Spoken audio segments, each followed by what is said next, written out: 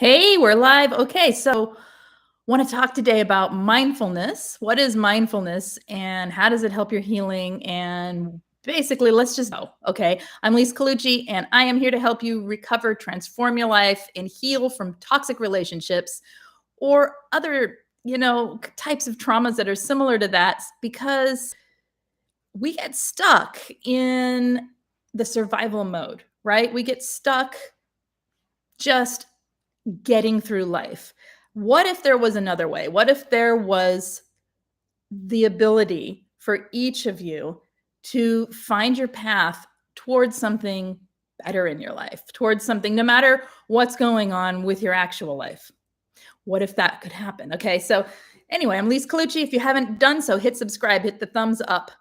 Any questions, let me know in comments. We're just going to get going. Okay, so what is mindfulness to begin with? Let's just define it. I'm going to read to you a definition because it's super concise and super clear and sums it up. It's maintaining a moment by moment awareness of your thoughts, your feelings, and body sensations, and the surrounding environment through a gentle, nurturing lens. Sounds fantastic, right? If you could just be present, be in your body, be aware of what's going on around you, your thoughts and feelings, without clinging to them, without letting them take the reins and go like run away, right? No runaway horse here. And just be calm and peaceful. Sounds fantastic, right? I'm laughing because, yeah, what about when you've got perseverating thoughts and you're trauma bonded and you've got looping trauma experiences happening over and over and over? And what about when your mind is so stuck in the traumas, when your mind cannot let go, or you think it can't, right? What about, right? Where can I get some? You can get some right inside you. That's the thing. Okay. So how do people get there? How do people tell you to be mindful? So breathing, follow your breathing, they'll say, right? People will say, we all say, come into your breath, follow your breathing, slow down the thought process. Yes, your thoughts are running a mile a minute and your emotions are taking over. Slow down, be in the moment, center yourself, orient to your surroundings, find things around you. See, here's the thing though. So many of us have learned this fantastically wonderful skill of disassociation when it comes to feeling our feelings and being with ourselves through these experiences that are painful. Okay. Or through triggers. Oh my gosh. How fast do you disassociate when you're triggered? How fast do you float away and completely forget yourself? 30 seconds? Or even quicker, 10 seconds, right? So how can you come back into a mindful state? And why is it important to even do so? So what? You know what I mean? Like what people, it's a struggle is what I'm getting at. People have what they're told to do and how to get there. And there's a giant piece missing, in my opinion. And what I'm finding and what I work with personally is this little bridge that goes between that wonderful state of peace and calm and the reality of the fact that you're living in a brain that has had trauma. So, I had a therapist tell me once that the core wounds of our life don't heal. I got so angry at her. I said, so why am I sitting here telling you my trouble every day if you're telling me it won't heal? She said, well, it's your relationship to it that gets better. Okay, I can buy that. And so we had this long conversation about that. And then the whole, of course, next 3 sessions were about that, how that happens, right? But I think what she was getting at is that your brain has received the information about what's happened, which was traumatic, painful, toxic.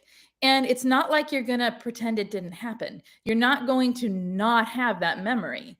You're not going to not feel pulled toward the triggers when they happen. What we learn to do is navigate it differently. And a lot of people teach mindfulness practice as a tool for this. So for a lot of years, personally, this is what I did. I followed this mindfulness path and this body-centered awareness type of thing, which was fantastic and helped to a degree. But what happened was, if I was triggered, or if I was in an emotionally, if I was being pulled emotionally or getting too riled up or too something, I couldn't find my way back in to that present state. I could find relaxation. I could find the breathing. I could do the practices, but I wasn't coming into a state of awareness inside myself, which is an entirely different calm. The only way I can describe it is the way a lake looks in the morning before the wind blows, that stillness and that presence where you can hear every bird chirp if you've ever been out in somewhere like that, or the quiet in a city before the city wakes up, that quiet, that stillness, that awareness that you have this totally different view of your city, right? Or this totally different view of the crazy lake environment that's going to get really excited in a few hours. It's this stillness, even though the wind's blowing and things are happening and people are around and crazy happens. So it's coming into that place. How the heck do you maintain that when you've got a traumatized brain pulling you in other directions? Okay, so we're going to talk about that. I want to talk about a couple different methods people use for mindfulness. I wrote some stuff down so I won't forget. Okay, so I already said breathing, right? You following your breath, staying in the breath, allowing your thoughts to be there. There's lots of very simple meditations. I have a couple, they're everywhere, right? Like very simple mindfulness meditations. There's a lot of them. So breathing, paying attention, slow things down, slow it all down. Okay, that's another way. Trying to be present to the moment, live in the moment, anchor yourself in what's around you, feel your body, right? Notice that you're sitting in a chair, they'll say a lot of times, right? Or notice that whatever you're doing, that this is happening. Stay present with yourself and accepting yourself. Now there's a tricky one, right? How do you just accept yourself out of how? Okay, so these are questions. If you've been doing mindfulness practices or if this is new to you, either way, what do you think? Why would you continue this way? Why is this healing for you? And how can you further with this so that it becomes a natural thing that happens when you have the trigger? Wouldn't that be nice? See, the thing that happens when we're triggered, well, let's just start with this. Our brains are the computer of the body, right? Like it's storing information, it's processing information, it's relaying that information to the other systems of the body, and it is functioning as a record keeper and as a that's where the programming goes in from everything in life, for every impression, every indoctrination, every contrivance, everything is stored up here. We are approaching mindfulness from here. That we call it mindfulness. See, I don't even like the word because it's almost mind emptiness or mindlessness, because this isn't where we process from. This isn't where the healing comes from. You can't think your way into healing. This is what I have most of my clients are brilliant. Okay. Super smart people. I'd say all of them are incredibly smart, very strong thinkers. I have a lot of emotional people as well, but they're people who think their way through their emotions, probably because I'm similar, right? But most people that talk to me in coaching, that's their approach, is they want to understand it. And then when you talk about something, even in the body or even in like experiential, like, well, what did that feel like? And they're describing things like a lake on the morning, like metaphoric, right? They want to understand the metaphor. So that's think all the time. I'm suggesting that using mindfulness practices, one can come into a different presence in oneself. Like you can actually notice that you're there and who you really are. So the other pieces, so this is like a big, huge topic, because the other pieces, we're always looking after toxic relationships, or if we were raised by a narcissist, who the heck am I? Who am I anyway? Who are you? Hey guys, who are you? Right? Do you know who you are? And that's not a question to be challenged. I'm not saying that in a challenging way. I'm asking for real. Do you feel, do you notice, do you experience life from a place of yourself or from what's been planted up here by other people? Most of us, because of the trauma, it's the other people's voices that we're hearing and the other people's words and belief systems and all of that up here in our heads, instead of who we truly are inside. And so, yes, I'm getting a little esoteric and I'm getting a little out there, but that's okay. Because you know what? This healing is not about your brain only. It is not about, it's about everything that's been covered up in you, your potential, your possibilities, your light, your empathy, your ability to express your empathy, your safety, your like who you are as a human being is what's been covered up by narcissism. And why is that?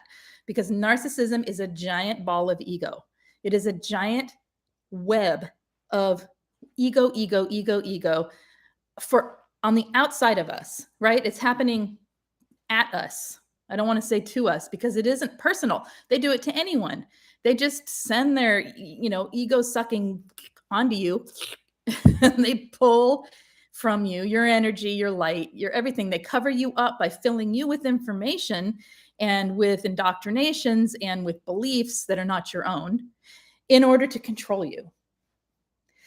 It works. It's literally covering up who you really are. So I'm really going all over the place here. So I hope you're sticking with me and I'm making a little bit of sense. But what I want to say is that the mindfulness approach, so we'll get back to topic. The mindfulness approach works for people. Yes. And then what? And how can we take that further so that we're actually not just grabbing onto it as a tool, but using whatever I don't even call it mindfulness. I just call it coming back into myself, being more aware of myself, being more present to life, to the life I'm living through me, which then I can share or not share as I choose, right? I can have thoughts of my own and I can have clarity so that I can make clear boundaries and decisions in my life and choice. And that is the freedom I think the majority of people I talk to are looking for. They're not looking to feel better. We all know that emotions come and go. We all know that there's bad and good, and we're feeling more of the bad because it's what's being fed into us, right?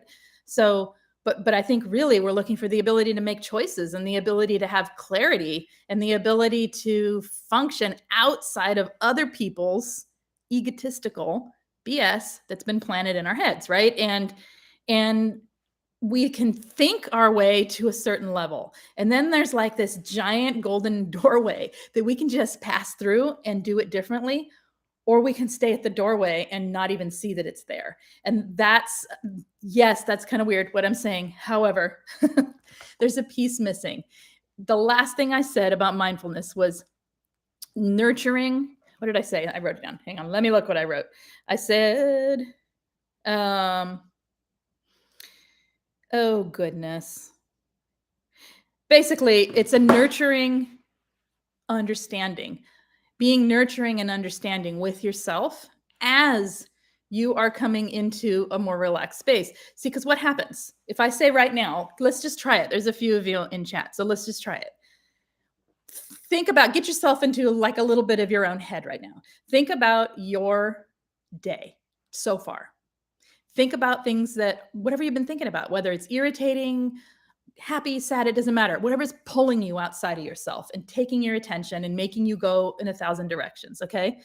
Think about it for just a second. Okay. I'm going to say, okay, you're there for the sake of time. All right. So you're in your own head now. You're not listening to me. You're not focusing on me. Okay. Now I want you to stop. I want you to get a sensation of your body. Notice where you're sitting on a chair, if you're sitting, or lying down. Notice your back. Okay. Take a breath. Okay. You're mindful, right? You still having looping thoughts? Maybe some of you are, some of you aren't. If you were triggered, now imagine that happening while you're triggered. Are you there? Okay. What's going on? For me, I'll tell you what's going on for me. You tell me if you relate. What goes on for me is I feel the calm and then I think, God, you're so stupid. What? Right? And then I think, what's wrong with you? Why are you like this? Like what? Like I go back and forth. So I have arguments with the internal voice of the trauma, of the negativity that's been placed from the outside, of all of that. Okay. Then what? Go back to the breath. So then it's like this, it's work. instead of play or joy. The aim is joy. The aim is happiness. The aim is experiencing your life from at least for me, from a place of relaxed calmness and happiness and not even happy, joyfulness, love, whatever you want to call it. A different vibe, really, is what it is. I'm talking about vibe and higher, right? So, and that's, again, I know I'm talking kind of strange here, but okay. So what do? The toxic committee in your head. Okay, I'm going to read what some of you said. Okay, so what was happening for you guys? Toxic committee meeting in my head was what happened. Okay. Finding my true self and embracing. Okay. Change the voices in your head. Okay. I don't think those thoughts when triggered, but I do when I make a mistake. Okay. Right? Yes. Okay. Now, if you were to come into a mindful place, I'm challenging you to try it just because so you can see for yourself. I'm not saying it's a bad thing. Mindfulness is great, but it's not. It is a piece. It's a tool. Okay. It's taking that tool and using it to increase your awareness of yourself so that when you hear that, instead of saying, instead of listening to that, what did you call it? The toxic committee meeting in your head. Ellen has the great words there. Instead of hearing that and responding to it, like, what? Why are you thinking that? Or, yeah, you're right. Of course I am. That's why everyone hates you. Like whatever it's going on in your head, you're kind to it. Whoa, that's a defense mechanism.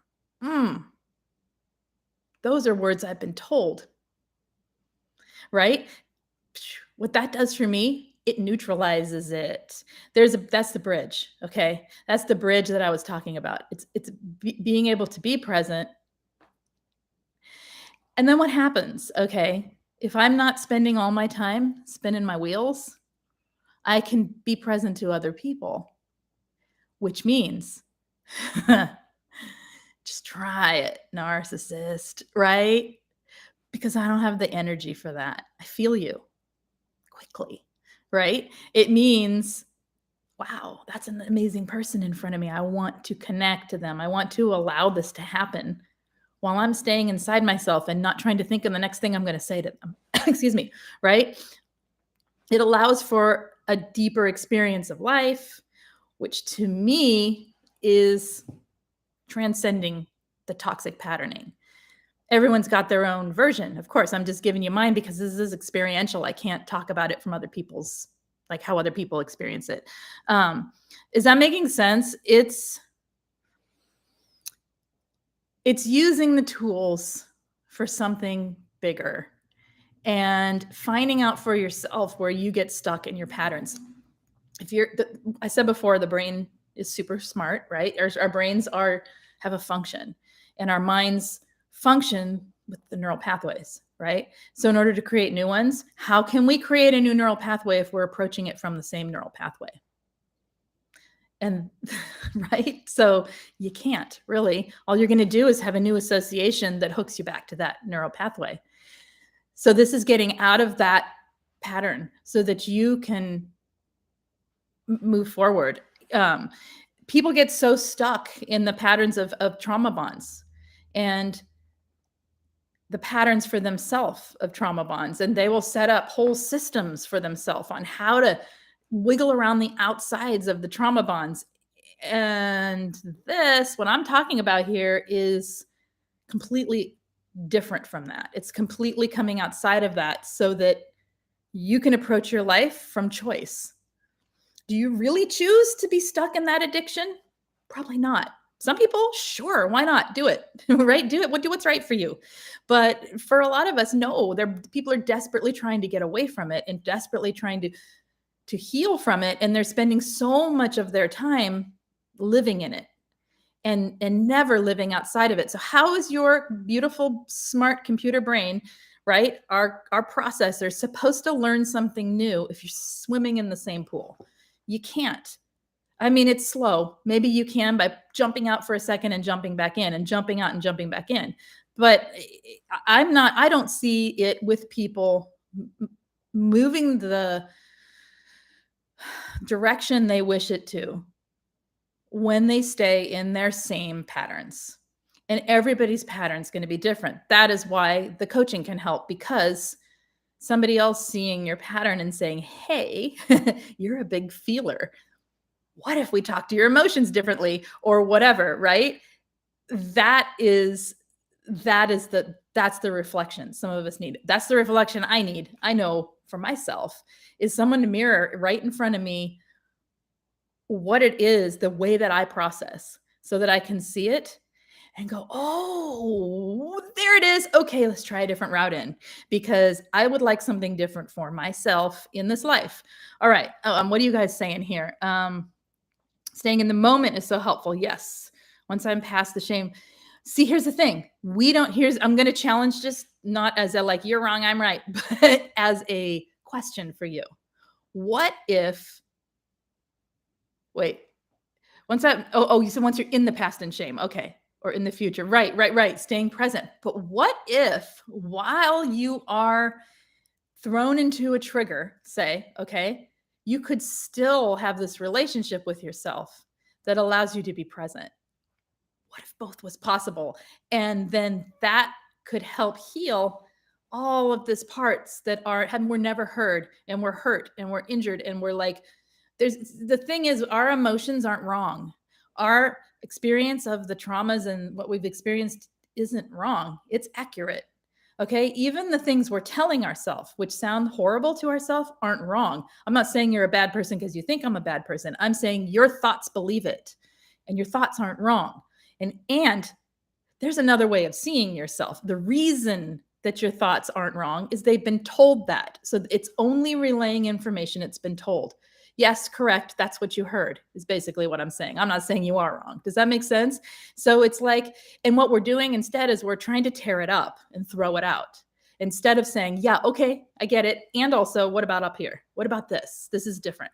It's in questions, you guys. It's in asking questions. So then being mindful becomes a question instead of an answer. Being mindful, being present to yourself, is always in question. What next? What's going to happen? And that is so scary for traumatized people, because we need to know what's going to happen. Does that make sense? We're stuck in the loop of survival, one crisis to the next crisis, to the next crisis, to the next crisis. Guess what? Life's going to hand them to you. It's accurate. It's not wrong to think that way. It's 100% right to think that way. However, if you wish to live a life that is stuck in feeling that way, go ahead and do it. Your choice, right? And no one can do this part for you. This is the part that we have to lift ourselves up. This is stuff we were not taught as sensitive people, not taught it. I've been saying that for years. We weren't taught how to be who we are. We were taught to be exactly how we are, but we weren't taught to be who we are. And that's good, right? Seriously. It's the truth. So what are you guys saying here? Hey guys. Okay. Angela, Redheaded Riding Hood. Ellen, Breakthrough Moment. Who else is here? Ellen, did I say that? James. And I can't see if anyone else is here. I'd have to scroll back, but let's see. Hey guys. And just me. Hi. So in my beliefs, there is a saying I sometimes forget: take every thought captive. Not everything that comes to your mind is good. Well, duh. Well, yeah. When people say what? I think it's a typo. Sinha. I don't know what that would be. Tell me what that is. Just me. What does that mean? The next step is usually ignore them going forward, except I'm not in a committed relationship. When people say think that. Oh, things. God, yes. God. Okay. Things. I'm like, I can't. I'm in too much of a different place right now. Right. When things, okay, but here's the thing. What if it's your own head saying things that make you say, what? Right? What if it's the beliefs that you have in your head because of the things people said and you can't shake them? So yes, yes, yes, yes. We are, I'm not saying that like you guys haven't healed yet. You need to do this, right? No, not at all. What I'm suggesting is there's more to it that could elevate your life in a different way and transform things for you, which is at least my goal here to help you guys if you want it, right? Um, so I wrote some questions down that I'll just ask. Why mindfulness? Okay, so is it to escape from the trauma and your emotions? Are your emotions your enemy? Right?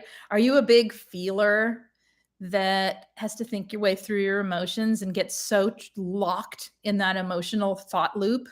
Emotions, thought, emotions, thought, emotions, thought, that you don't even know where your heart is, right? You don't even know how to love yourself because there's no room, because you're always doing the thinky, feely thing, right? Is that so?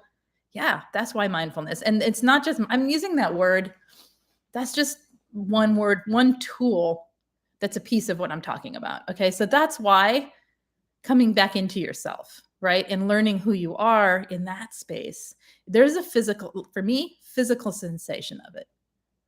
I can like notice it, right? Like, okay, there, I'm pretty present. Or, whoa, I got way up in my head. That's how I feel. Whoa, I just got way up in my head. Or, okay, coming back. I can see it in people when I talk to them. I will tell my partner all the time, man, you're way up in your head. I don't know who I'm talking to right now because you're not listening. You're only thinking, right? And not in a rude way, but like for real, like, wow, you're so up in your head. You can see it and sense it in people, and we become attracted to it if we're that way. If we're thinkers or feelers, we become drawn to that. Two things. It's not being present to yourself. So you're excluding yourself in your entire life.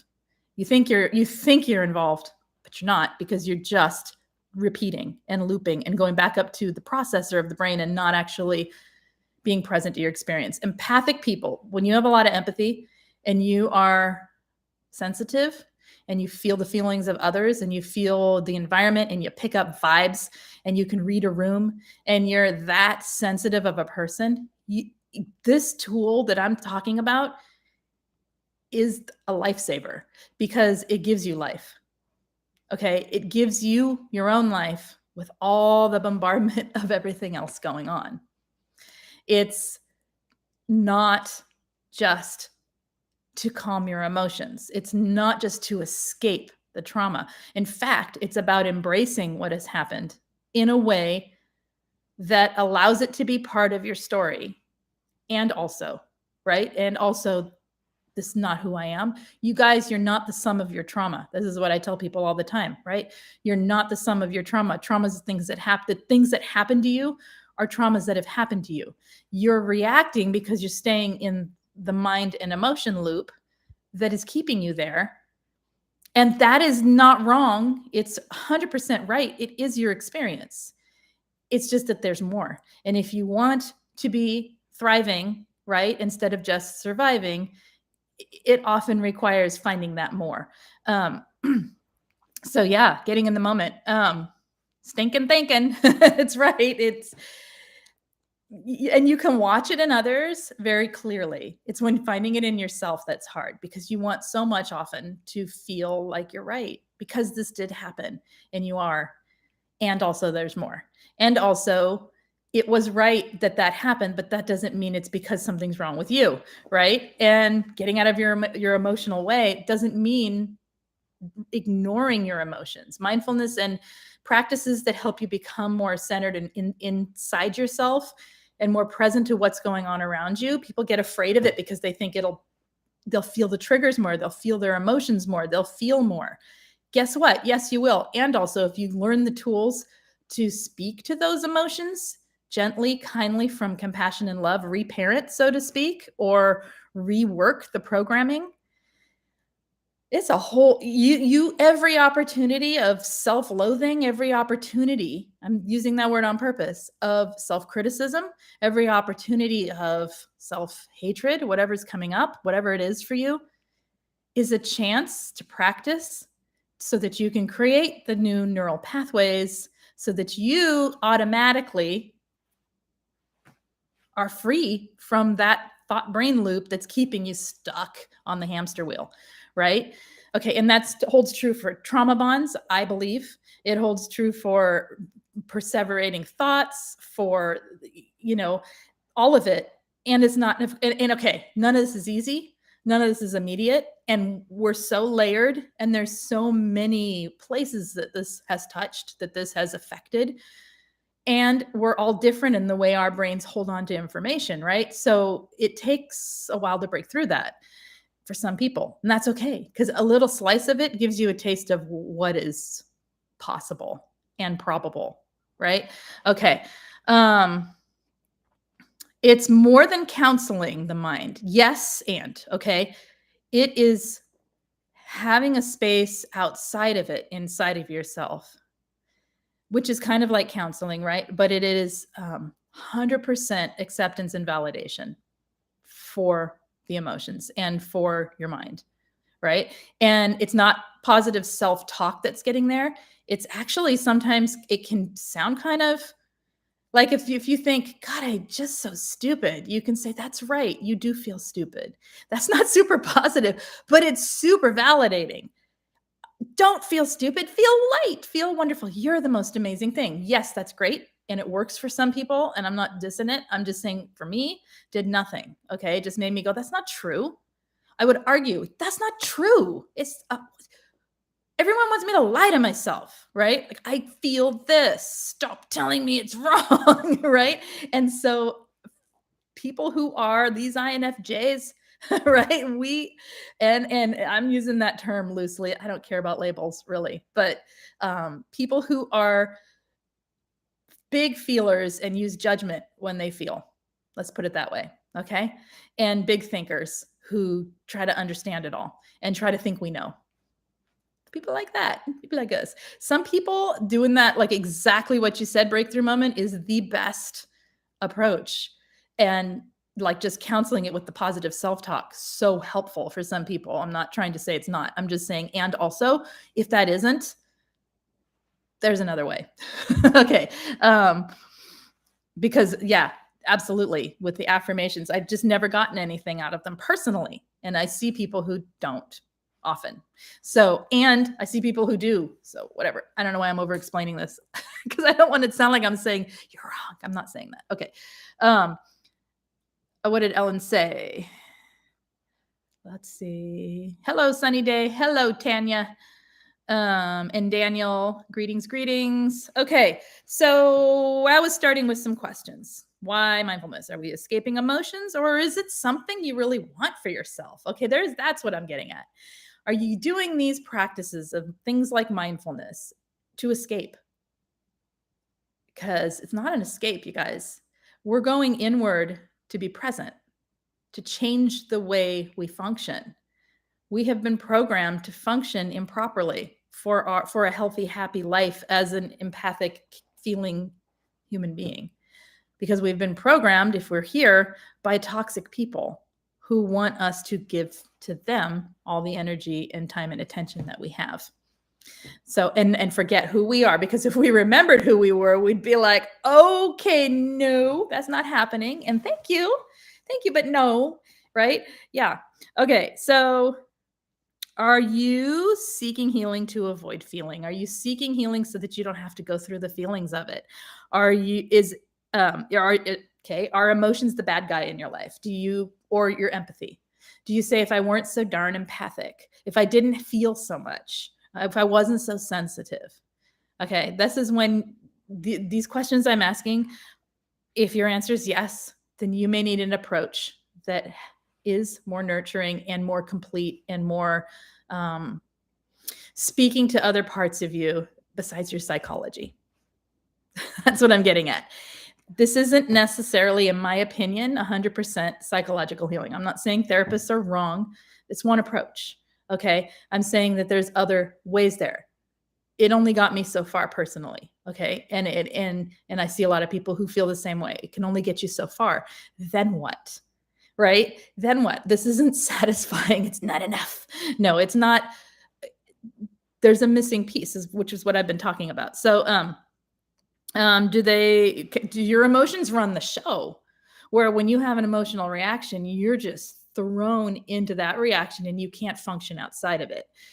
Because what that tells me is your emotions and your thoughts have a really tight relationship.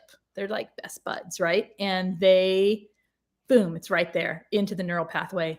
Off you go, spinning away on your emotional thoughts, right? Okay. What did I say here? Let's see. Okay, I think I said that.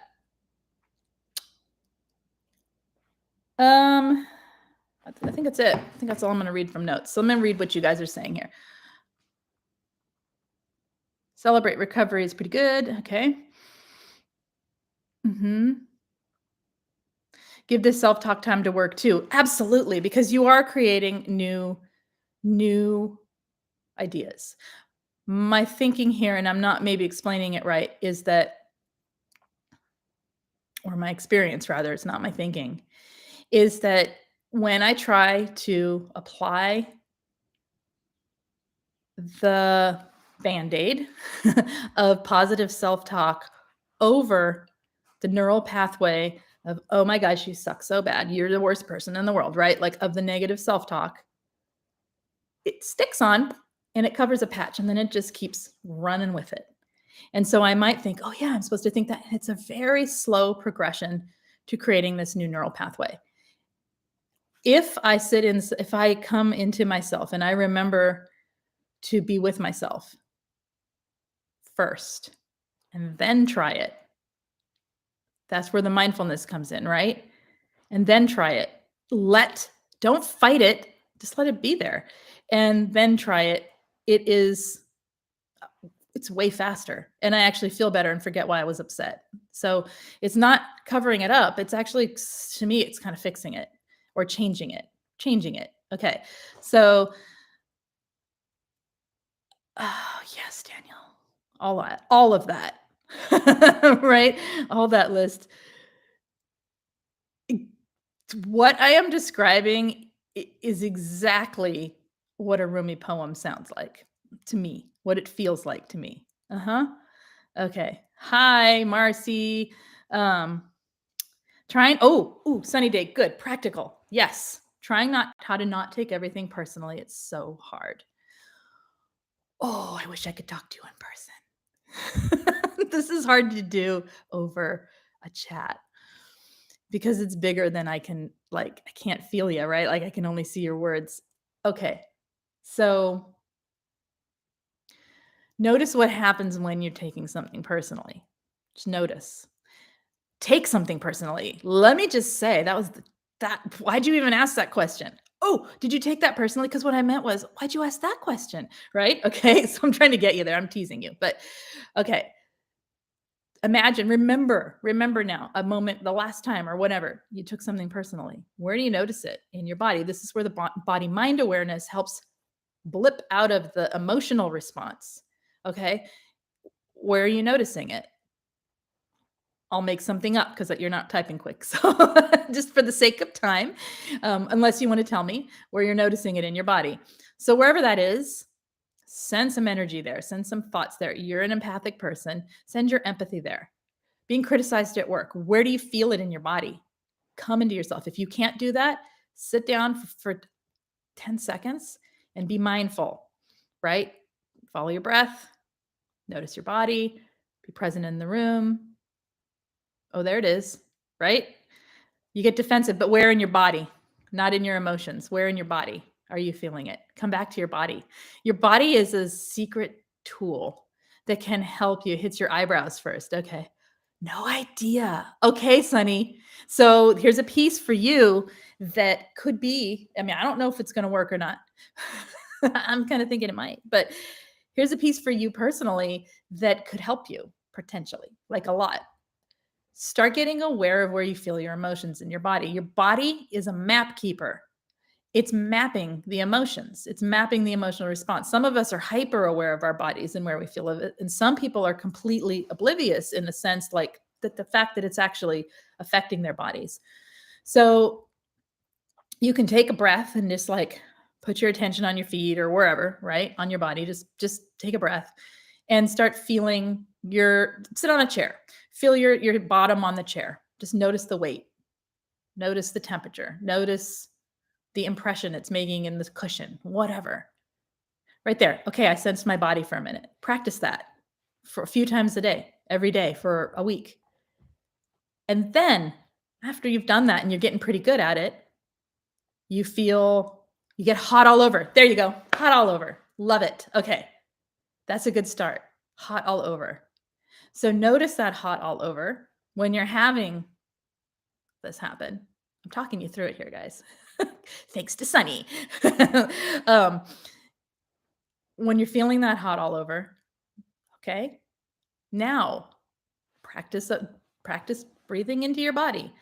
Practice experiencing who you are. If you had empathy for someone else who felt hot all over, and you know what that means because you have the emotion, what would it feel like? Oh, they're feeling something big right now.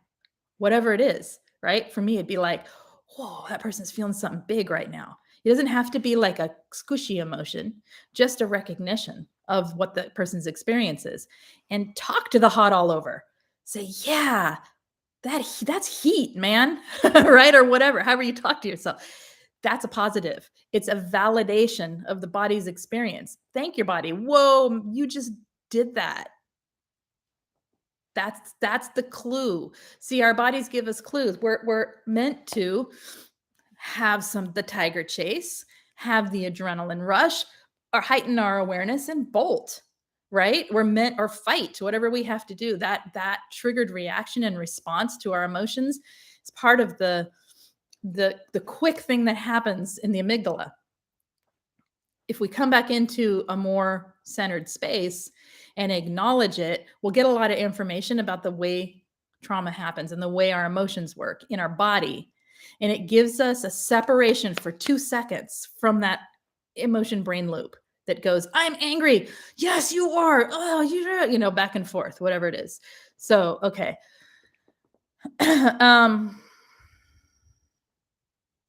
Yeah, that's one. There's one talk through. Okay. You must be ready to burn yourself in your own flame. How else could you anew if you have not first become ashes? Let me sit with that. Yeah. Uh-huh. And that's a very direct, like clear vision of, yeah. And it doesn't, it's acknowledging. So say you're with a narcissist, okay? Say you're with a narcissist and wait. Yep. That's it, Daniel. Retrain yourself to let go. I'm giving an approach. I'm giving one approach. I'm giving an approach I use. And yes, exactly. It's what we're talking about. And to rise as a phoenix. Heck yeah. Because what's inside of us is the truth of who we are. And we have to burn off, so to speak, the contrivances, programming, whatever you want to call it, indoctrination that the world has put on us. We were born sensitive. We were born intuitive, right? Most of us, I would say, we were born empathic. We were born feeling and sensitive and lights, right? We weren't born clouded in this darkness. And the world is always putting impressions on us from the moment we're born of who we are, what we're supposed to do, what we're supposed to think, right? And then you've got toxic people doing the indoctrinating. You're stuck in a web of it. You're stuck in a box that's of someone else's construction. So yeah, who you think you are is what you burn off, and who you become is what you were always meant to be, right? Okay. All right. Let me see. What are you saying, Sunny Day? I think I missed something. You're welcome. I acknowledge what they are saying and breathe before answering them usually. Okay, so say you're talking to a narcissist. Let me go back to my point here. And say you have a narcissistic, I'll make it up. I'm making up a story here. Narcissistic mother or father that is elderly that you choose to be low contact with. Okay, this is a fake scenario. You're choosing to be low contact with them. You know everything you know. You understand. You accept that they're narcissists. There's nothing you can do about it. And you're working on your healing because you never had a mom or a dad that cared, because they were always caring about themselves and they're trapped in their ego and blah, blah, blah. And you have to deal with them, okay? Because you choose to. So say they want a phone call. And your boundary is, okay, a phone call once a week. And on that phone call, all they do is complain and get heavy and get dark. But within like 3 seconds, you're falling asleep, or you're enraged, or you're just like sucked dry of energy. And you're like, how am I going to take 20? I said 15 minutes. How am I going to take 15 minutes of this? Why do I do this to myself? Blah, blah, blah. That's where you can practice this. It's not to open compassion to them. It's to open compassion to yourself and allow them to be who the heck they are. Especially in this scenario, you've made the choice to stay low contact, right? So in this scenario, you're the one setting clarity and boundaries with them as best you can. Different than when you're in a relationship and you are feeling trapped and stuck and trauma bonded. Okay, I'm talking about this because it's simpler. So that's when you can practice exactly what Sunny and I just talked through. And what you'll find is space between you guys. You'll find you're you and they're them often. And you'll be able to use that space to stay in your own lane, right? And to keep them in their lane. And then you hang up the phone and you're like, that could have been really draining, instead of, oh my gosh, whew, okay, till next week, right? And it allows you to do the more compassionate thing, the more empathic thing, which is allow that other human being to be exactly who they are and need nothing from them. If you can need nothing from them and let them be who they are, they almost become entertaining sometimes, at least, or very sad, because they're doing their little loop and their little egos, and they're just running around trying to prove themselves, right? And you watch it. It becomes more observing, but not in a dissociative, detached way, in a present way, because that's the truth. So you see the truth differently, and you see your own truth differently. So, and then obviously, as the relationships become more involved, that's going to be trickier and trickier, because you've got the continual brainwashing and gaslighting and traumatizing experiences still happening. Okay. So, okay. All right. Daniel says, learn to react in a healthy way to toxic and negative people. Do not accept their gift. Heck yeah. What do I say? Return to sender all the time. Oh yeah. Do not accept it. Don't even not accept it. Just be like, whoa, that wasn't meant for me. Delivered to the wrong address. Kind of annoying because I keep having to go to the post office, but still not mine. Lori, hey, what do you mean this is fear of how I talk with my 32-year-old son? Can you say more, or did I miss your more? Let's see. Oh, like I'm way too emotional, highly sensitive person. Can I give you some words for yourself there? I'm just right in how emotional I am. I am correct that that my emotions are big, and that I'm a big feeler. And yes, there's no such thing as two. There's only your relationship to your emotions and to your emotional response. Meaning, kind of like Sunny was saying, taking it personal. Intellectually, it's not personal, but the feelings are a whole nother ball of wax. So what I'm suggesting is ways to be present and still allow your feelings to be correct. You're sensitive and you felt that. You think that because you felt that, but also your relationship with that other person doesn't need to be governed by it. Does that make sense? Yes, and other people's judgment is not about you. It is 100% about them. Your own judgment isn't about you. How's that? Try that on for a second. My own judgment isn't about me? No. Discernment, maybe. Okay. Judgment, no. Your judgment is about what you've been told, what you've been taught, what your beliefs are not your knowing. Okay. You can have let's just say, I'm going to just take it in a direction. You can have a spiritual knowing that connects you with whatever your path is. And we call it a belief because we're taught to use that word. Or you can have a belief about that same thing because you were told to think it. Can you feel the difference in that? right? I don't know if you can, but I do. Yeah, okay. Uh-huh. Take control. Uh-huh. You are master of yourself. Yes, and you can get there, and there's lots of paths to get there. I prefer a compassionate path, right, for myself because we weren't given that. We weren't given the tools for that, or it was given externally, right? Like you maybe had a more covert narcissistic parent or someone like that that would give, oh, they're so sweet, and then take it away with, oh my gosh, how could you do that to me, back and forth. And so we learn that the outside is where we get our validation for ourselves, and when it's not being proven, the vibration gets really rocky and really uncomfortable. So yeah, okay. Okay, Daniel, advice and knowledge is there. It's what we choose to do with it. 100%. 100%. This is not something you can take in with your brain. None of it is. Healing is not from your mind. It isn't. Your mind understands it. Your mind, and we're big thinkers, you guys. So I'm challenging you here. I know. But it's experiencing yourself differently. A whole new world opens up.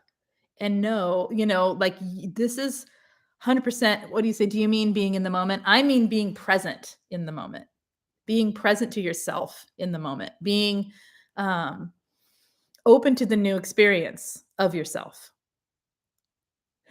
Okay. And no, this is a lot of people. I'll just go on another rant here. A lot of people use chemicals to get there.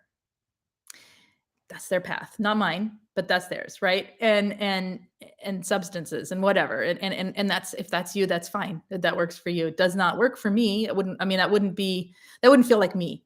Okay. So, but what I'm talking about is opening your mind to who you really are, and opening your heart to who you really are, and being present when you're being in that moment. Because I can totally be here in this room that I'm sitting in, I'm looking around, and be so in my head with what I'm going to say next to you that everything I'm coming out of my mind or my mouth is a thought out thing. I'm actually speaking to you this entire time from my own awareness. And then I slip up and down into my head and my feelings, like I'm slipping in and out, right? Of that place of being in the moment. And so right. Okay. I don't know how else to describe it. It's experienced. I would love to do a workshop. I'd love it. But yeah, someday. We're getting roomy. Thanks, Tanya. Okay. Okay, I'm gonna cry because I love this one. If you want the moon, do not hide from the night. If you want to ride, do not run from the thorns. If you want to live, do not hide from yourself. A rose. Sorry. If you want a rose, do not hide from the thorns. Let me read that again properly. Okay. If you want the moon, do not hide from the night. If you want a rose, do not hide from the thorns. And if you want to live, do not hide from yourself. Bingo. Thank you, Tanya. Perfect. Right? Just end now. But okay. Okay. Any questions, you guys? I'm talking about lots of big stuff here today, and which is my passion on helping people to heal. Way more than talking about narcissists. Much. I feel like, okay, ready for the day now. Because at first I was like, oh, I'm gonna make videos. Narcissist, what? But that comes to another topic. What do you guys want videos on? Let me know in the description or in the chat, wherever in the comments. Let me know what you want to hear more about. We are all here to heal, correct? Trying so hard to be in the moment each day. Days go by so fast. Let me challenge that. Stop trying so hard and play with it. How does that feel? You got to work at it. Who said that? Lori, you got to work at it. Lori, you got to really work at being present versus, hey, Lori, you want to play with being present?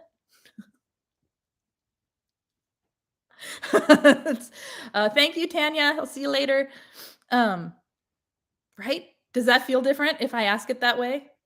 Hey, Lori, you want to play with being present? Maybe, I don't know. Every hour today? One time, 10 seconds? You want to play? Or Lori, I'll even say it in a nice voice. Lori, it's going to be a lot of work. You want to do that? You want to be present? You want to work at it?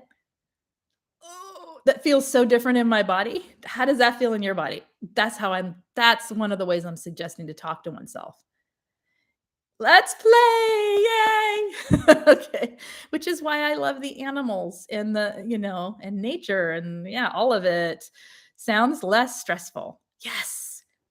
Okay. Here's another example then of what I'm talking about, you guys. Take a second, try that one on for yourself. Whoever's here, if you feel like playing with me. Okay. Okay, guys. Today we're going to work at mindfulness. Okay. Take 10 seconds. Just play this game with me, you guys. Okay. I just skewed the game a little. Take 10 seconds and join me. You guys, today we're going to work at being present. For the next 5 seconds, we're going to be present. We're going to work at it. I want you right now to feel your body. Notice sensation, tightness, temperature, whatever. Okay, mark that to your brain. I felt it here. Okay, I feel it in my chest, like right above the diaphragm. Rigid. Okay, guys. We're going to play for 10 seconds at being present. We're going to play with it. Oh, giant opening in the chest. What did you feel? Right? Much better, says Alan. If you don't feel anything, that's cool. Then that approach isn't yours, right? Or play with it more. Just play, you guys. No, really. Noticing the way the words you use affects your body helps you to move into a better space inside yourself. Because if you're saying words that make your body feel icky, you're going to feel ickier and ickier and ickier. If you're using words with yourself that help your body feel light and bright and awake, right? Then you're able to be present a little bit easier and you may just have a different experience of your life and yourself. Okay. What were we saying here? Hey, Audrey. My friend's narcissistic husband gave me a hug and a kiss on the cheek after talking for a while. Ew. After I left, he went inside and was nasty to his wife, like extra mean. Why? Because he got supply. Because he got a rise off the fact that he could do that. And I mean, I'm guessing he maybe did that to you just to get to her, right? To say, oh, see, your friends are so sweet. Why can't you be like them? You're such a nag. You're such a nag. Because that's what they do, right? It's just to get attention. It's to steal her supply. He wants her to feel bad because they're in that love bomb devalue cycle. And he triangulated you in. Gross, right? Yeah. Oh, hey, Nicole. Who else is here? Shoshana, hello. ML, I've been feeling tightness in my throat because I feel like I can't say all I want to say in text. Yeah. Okay. Totally get it. You mean here? Right now you're feeling it because you can't type it all out fast enough, or you mean just in general? Either way, yeah. And again, so that may be something. I mean, look into the group coaching if you're interested in that, because that may be a place to use your words with your throat and your mouth and your tongue and all the things that make speech, right? And I'll just briefly, I mean, I just made a video about it, but yeah, I'd love to have you. It's ongoing. It's been going on for 5 years. Different people come through. There's no start time, no end time. And it is, oh, thank you for putting that up there. Redhead Riding Hood just put a link. So yeah, it is. Hey, Marcy, it is a place where you can use your voice and talk about this stuff. And yeah, hopefully you'll join and we'll see you because then we can actually like converse and it's much better.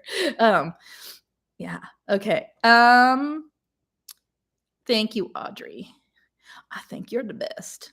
I mean, I don't know you, but I like what you're asking and talking about. That's for sure. Okay. All right, you guys. Anything else on this topic or other topics that you guys want to say today before we head out?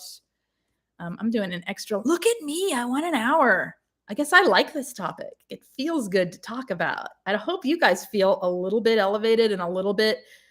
What are you scared of? What are you scared of, Marcy? What's up? You don't have anything on any social media, just me. You don't have Zoom. You can't get Zoom. Because that's the only thing you'd need. I could email you links. The group coaching is wonderful, Lori. It is, the people there are just fantastic, and everybody's got something different. And you hear my focus right now. This is where I'm going with it. So this is what we're going to be doing. I mean, obviously, also what's up for people immediately. Google Meet, maybe. Well, I do it on Zoom. So I can't really switch the platform or dual platform. I don't think. Can you dual platform with Zoom? I wonder. I don't know. I'd have to look into that. Zoom is good. Yeah, it works well. And there's also, if you need a one-to-one, there's also that. And there's shorter times and there's package deals and all of that. I mean, and I recognize that cost is an issue, and for people sometimes, and that's why I have different cost tiers for things. But it's out there if you need it, even once. Sometimes people just need to make the connection, right? And that helps. Okay. What else are we guys saying here? Wait, what? Isn't that strange? The narcissists can play their games for years. Narcissists are playing their games for life, my friend. It's what they do. It's how they operate. It's so simple. It's how they operate. That's it. It's their entire life. It's how they are in life. It's how they relate to life. It's how they relate to what they consider themselves, which is their ego, meaning it's not even their ego. It's a false ego that is a delusion of what they wish they were. So yeah. Do you have my email? Are you talking to me? Just me? Ask that again, just me, if that was for me. I don't have any banking apps or anything that wants my location or real name.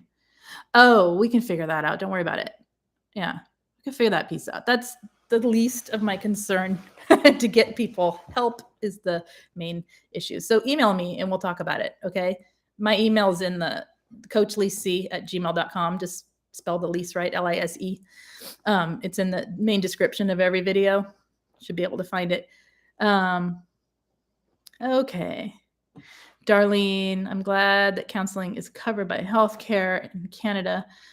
Well, that's why I have the group at $60 a month, and that's like 3 meetings a week. So that's less than copay price, right? So that's why I have it like that, because that way there's something that can be done regularly if people need it, so that it makes financial sense, and whatever people can do, right? I meant I could email you once if you sign up, just me. What I meant is, instead of having to use, because I use Discord for connecting, like I have a Discord server attached to the group, and once you're in group, I invite you to the Discord server, so that when I post a link, I just post it to one person. But sometimes people don't want to use it, and so I will happily email them the link every time. Does that make sense? Okay, for Zoom. Yeah, I know. And Darlene, talk to me if there's issues, right? Like always, there's just ask. Just let me know what's going on. Yeah, totally get it. I totally get it. Single mom, get it. Yeah. Okay, guys. Anything else that you want to talk about? I mean, I think we're good in an hour. So I think we're going to end. I have someone to talk to in 10 minutes. And I'm reading to see if there's anything. Okay. So again, if you need coaching or group coaching, please check out the info in the description of every video. Let me know what you guys want to talk about, what videos you want. I saw one person say, "Thank you so much, Nicole." That's so sweet. Is that a super chat? What is that? I don't get those. Thank you. Um, yes, please. And by the way, I do use those to sponsor people into group when I need it, when people need it.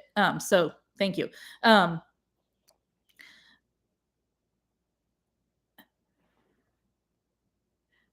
Let's see what else. Oh no, it's okay. It wasn't a complaint. I'm just saying if it's needed, just let me know. What was I gonna say? I don't remember. I think I'm talked out for now. All right. Yeah, I'll see you guys next time. Take care with yourselves, right? Be good to yourself, kind to yourself. Yeah, please. Please. No. Yeah, please. Be right with yourself. Be true to yourself. Be kind to yourself. You'll find a way to love yourself because it's not about loving yourself. Like, you don't have to have a thought about it. It's just a feeling. That's the beautiful thing, is once you come into it, it's a feeling. Then your emotions have a different anchor. Does this align with who I am? Mm-mm. Anyway, good. Okay. More on this later. And like I said, let me know if there's any videos you would like made, no matter what the topic, as long as it relates to the stuff we talk about here. See you guys. Take care.